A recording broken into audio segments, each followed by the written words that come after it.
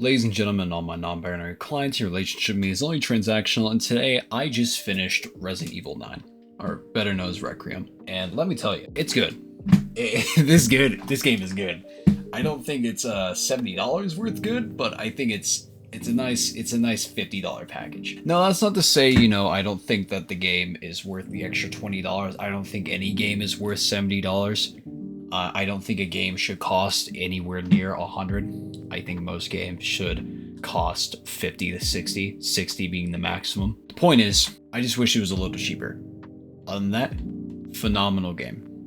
Absolutely amazing. And maybe I'm making this list like immediately after I just saw the credits, like all of them. There's 2 post-credit scenes, by the way, for those watching this. I'm going to start with the non-spoiler parts, and then I'm going to move on towards the spoiler parts. I'll try having timestamps for when I begin to talk about this. Firstly, what I want to talk about is the gameplay. Huge step up from the other Resident Evil games. Huge step up from the remakes, including the RE4 remake. Dude, it is so. I gotta lock in. The gameplay in RE9 is so phenomenally well done between both Grace and Leon. And even though you switch between the characters, in between chapters, in between levels, it blends in so well, especially Leon's sections. Leon's sections stand out to me the most in this game, and while he is like the main focus and the main icon, the star of the show of Resident Evil, he never feels like he's taking the spotlight away from Grace. He never feels like he is the main objective, right? It's not like Devil May Cry 4 where you're just playing as Nero just to get to the Dante sections, right? Or you're getting past the V sections in the Devil May Cry 5 just to play as Dante and Nero. Which leads me to the horror aspect in terms of Grace's sections and gameplay. Grace's sections in the game, I think, are really well done. I think they are scarier than 8. I wouldn't say it's scarier than 7. I think 7 was a lot more scarier than this game in terms of horror and like overall like actual like fear factor. But I definitely enjoyed my time with it, especially with the girl who the very first enemy you encounter in the game, or the very first BOW in the game that you encounter.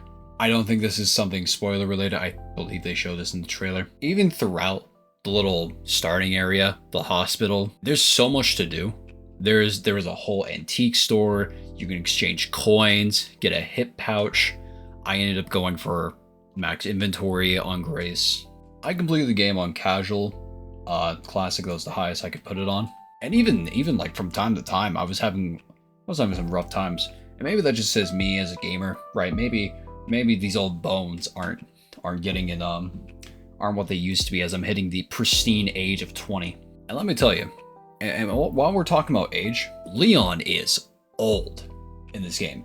It is like actually amazing how a 50 some odd year old man is still doing kickflips and roundhouses clean without a fault. Now, going over to graphics, this game looks phenomenal, and I don't have the greatest settings. I don't even have the greatest machine. Future me will pull up my system specs, and as you can see, I'm just running an RX 6600 from 2022, and it looks phenomenal. It looks great. The game's super well optimized, unlike, some of their other blunders, but I'm not going to reopen old wounds with this video. The system default settings, I think, look really chopped, and even like my recording of the footage, I just spent good 5 minutes just cranking it, aside from other things. I think this game has the potential for ray tracing. The last time I tried ray tracing, it was on Doom, and my game ran at 5 frames per second. So my system is not great for ray tracing. If you're looking for something scary as fuck that's gonna look at least semi-realistic, this game is perfect for that. This game is, I would say, probably the most optimized game on launch that I've played in a very long time. That being said, though, I want to go with my few minute problems with it. That being Grace's sections. And I think this is mainly a Capcom thing, but playing first person through Grace's sections feels so incredibly slow. And I understand you're supposed to take your time with it. It's not supposed to be as fast as Leon. But I barely notice a difference between sprinting and just jogging. I'm going to go a little bit into spoilers here, so feel free to use the timestamp to skip this part. When you get to the part with Chunk is it's just annoying to work around Chunk because it feels like his AI is just programmed to just follow you, the player. And when you're having to pick up Emily to go into the isolation ward, it just gets annoying. It just doesn't make it any fun. But, you know, if you're not like me and you didn't waste your first and only Requiem shot on the first thing you saw, then, you know, you could stun Chunk and, you know, get past willy-nilly. Going to Leon's sections, the most guilty part is later on in the game. The backtracking, I'm not a big fan of, but that is just a Capcom problem. They're notorious for this. And I understand maybe, you know, went through a little bit of development struggle like DMC4, where Dante's sections was literally just backtracking. But there's one specific level, granted, probably the coolest level in the game. It just, towards the end, just suffers from backtracking. And it just kind of brought it down a little. Hot take before I go into spoilers, timestamp will be down below once again. The game needs an FOV slider.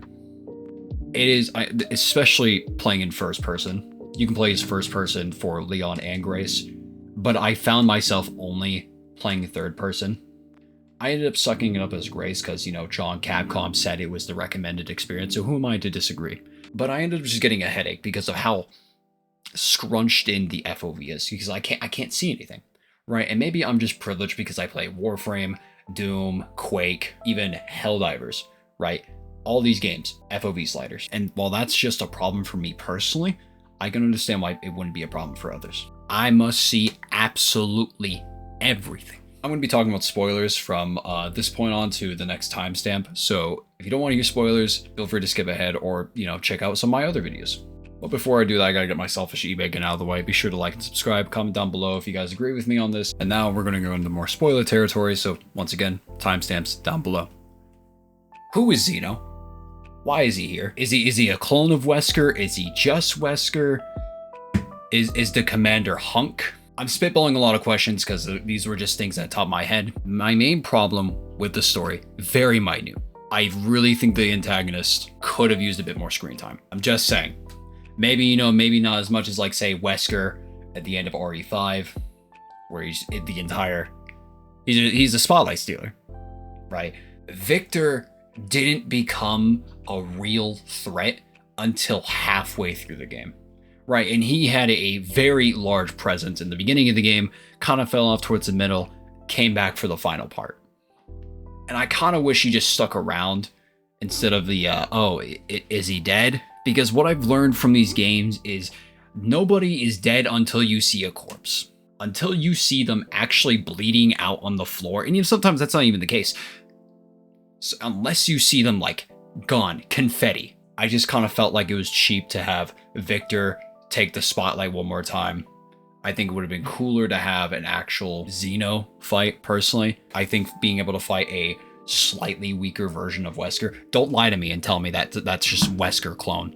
Nah, that's a slightly less, that's a great value version of Wesker I see right there. I'm disorganized with my thoughts around the story as I'm trying to still handle the high, right, of just finishing the story. The one thing I want to ask and the one thing I want to know more, I want to know more about this modified version of the T-Virus. I want to know more about this Elpis, right? I want to know if it could have like been used to cure the mold in RE8 and 7. And I'm sure they'll add on to it as this game will probably just get an expansion, which I don't have a problem with. I'll buy whatever expansion for this game is because I love this game. You know what game I also like? Dead Space Remake. And I can tell Capcom took a lot of inspiration with the combat from Dead Space Remake, especially with the final boss, especially with the last two major bosses in the game. I'm talking about the Flower. I don't have anything wrong with that. I love Dead Space. Actually, one of my favorite horror games of all time. Dead Space 2, my favorite horror game of all time. Undisputed. But playing against Victor, it feels like I'm fighting the Hive Mind from Dead Space 1. It feels like I'm just fighting a necromorph. And maybe that's just, that's just every Resident Evil boss. And I'll give you the point for that. A lot of the Resident Evil bosses are notorious for just being shoot the weak point. Like Birkin, RE2, just shoot the weak point, lol. Lady Dimitrescu, just shoot the weak point. I just wish these bosses were a lot more fleshed out I just wish they had a lot more character, and maybe that's the spoiled Souls guy in me, going, man, I just really wish Victor was just like Artorias. I just kind of wish we had Leon just in a whole knight outfit, just throwing hands. Which is where I will compliment the game for one of its final bosses, that being the commander, Hunk. Let's be honest, it's Hunk. Hunk's fight is genuinely my favorite boss in the game. It is not only the most engaging, but it is also thematically the coolest, because we see Hunk in Resident Evil 2, right? We see Hunk in Resident Evil 4. Every Leon S. Kennedy game, right? We see Hunk. And I think that it's a nice finish to Hunk's character, and I think it's a nice finish to that character arc with a 1v1 between Leon and Hunk. That's really all I wanted to talk about spoiler wise, and now that I'm just kind of wrapping up my thoughts, I rate the game about 8 out of 10. 8 out of 10. I would rate it a 7.5, but I think it's a lot better than that. I think it's better than 7. I think it's better than 8. I think this is genuinely one of the better Resident Evil games we've had in a very long time.